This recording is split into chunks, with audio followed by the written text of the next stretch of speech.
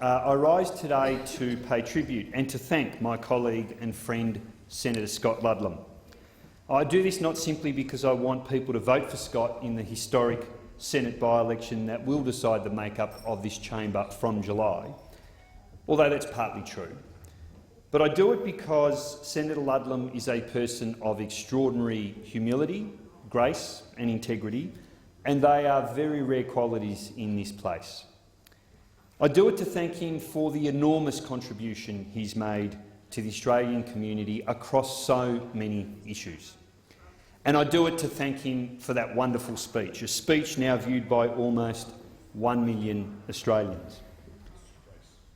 Scott, I want to say thanks for showing me that there's room for more than just simple slogans and sound bites in our political debate. That a well-crafted and insightful speech can have a profound impact, even when delivered to a near-empty room. I've lost count of the number of speeches I've given in this place, late at night, wondering if anyone's listening, and it seems that they are.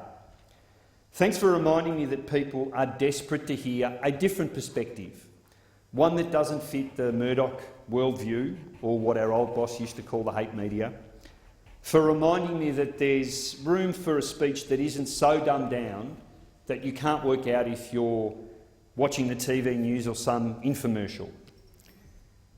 It's pretty easy in this job to become jaded and cynical and to wonder whether the time you spend away from your wife and kids is worth it, whether you're fighting a lone battle or lost cause.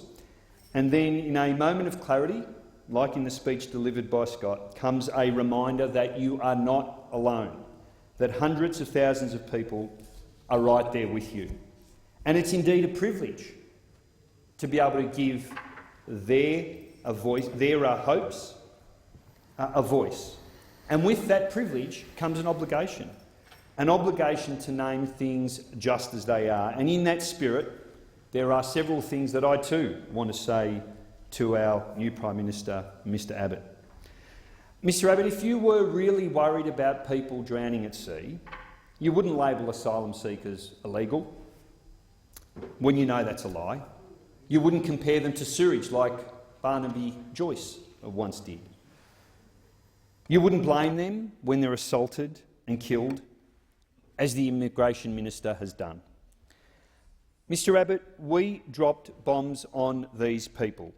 We invaded their countries because we believed that these regimes were so brutal, so cruel, so heartless, that it was worth spilling Australian blood to be rid of them.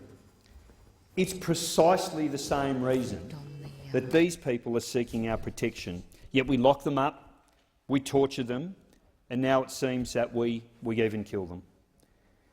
Mr Abbott, stopping the boats is easy. If we can compete with asylum seekers, persecutors back home for brutality, for inhumanity, they won't come here.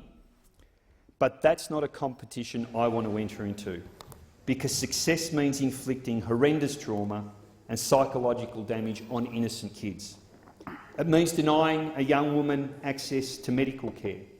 It means denying people any hope so that they feel their only option is to take their own lives. Mr Abbott, just because people don't die in Australian waters doesn't mean they're safe. Those dangerous boat journeys are a deliberate decision taken by desperate people, and removing the option of a boat leaves them where they started, in a dangerous and hopeless situation. A person who decides not to come to Australia and is killed by the Taliban, or who dies making a dangerous boat journey elsewhere, is just as dead as if they died in our waters. Sure, there might be fewer asylum seekers reaching Australia, but Mr Abbott, you are just outsourcing the misery. Of course, credit where it's due. You did an outstanding job as opposition leader. Of course, you were helped by a divided government, but I have to hand it to you, you ran one hell of a scare campaign on climate change. You should know, though, that this is a short-lived victory, and you're about to be undone. In the coming years, Mother Nature will run the scare campaign of the century, and no three-word slogan will match it. You probably feel pretty smug right now, The climate deniers are in the ascendancy. The tinfoil hat brigade are emboldened because you've put them in charge, and the environment's under attack from all sides. You're about to tear down the renewable energy target. You'll keep trashing the Great Barrier Reef.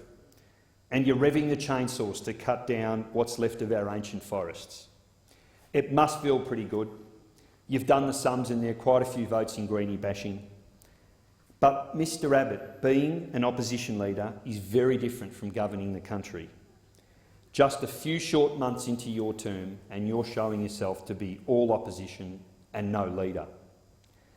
Just know that there are growing numbers of people around the country who are becoming angry. The people of Morwell who have been suffocating in a blanket of toxic smoke, they've had enough. The tourism operators and fishermen who rely on a healthy Great Barrier Reef, they've had enough. The farmers whose land and water is being ruined by coal seam gas, they've had enough. The tradies who rely on the renewable energy targets so they can install solar panels on people's roofs, they've had enough. And the millions of people who love our precious forests, they've had enough too. You see, Mr Abbott, people right around the country understand that we're part of nature, we're not separate from it. They know that when we lose an animal like the leadbeater's possum or the hairy-nosed wombat or the spotted quoll, we lose a part of us. It's not just your attacks on the environment, though, that are making people angry. When I hear you say that you're Medicare's best friend, or that you're a feminist, or that loggers are conservationists, I'm reminded of George Orwell's 1984 and the party slogan, "War is peace, freedom is slavery, ignorance is strength." Mr Abbott, you might think that a two-tiered American-style health system is a good idea. We don't. You might think that the ABC and SBS are a hotbed of leftist activism and they need to be gutted. Well, we don't. You might think that we should change the law because calling someone a wog or a chink or a boom is an expression of freedom of speech. We don't.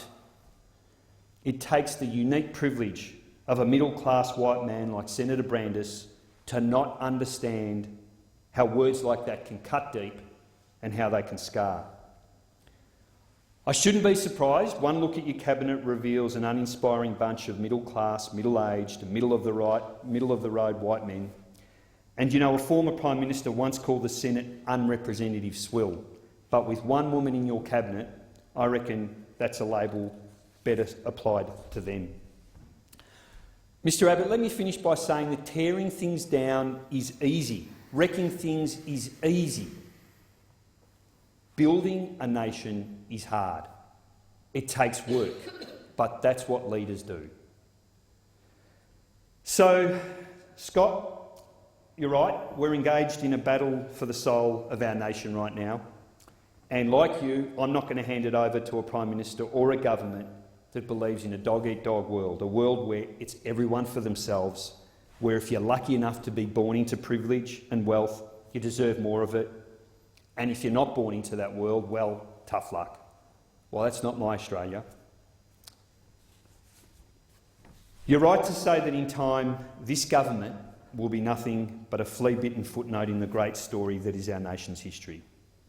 I hope, in your words, that the greasy layer in the core sample of future political scientists that is the Abbott government will sit beneath a much bigger, bright green layer that represents a different kind of politics. One based on decency, one based on care and compassion. And Scott, you are the epitome of all those things. You've got an election to win. Good luck, mate. Let's take our country back.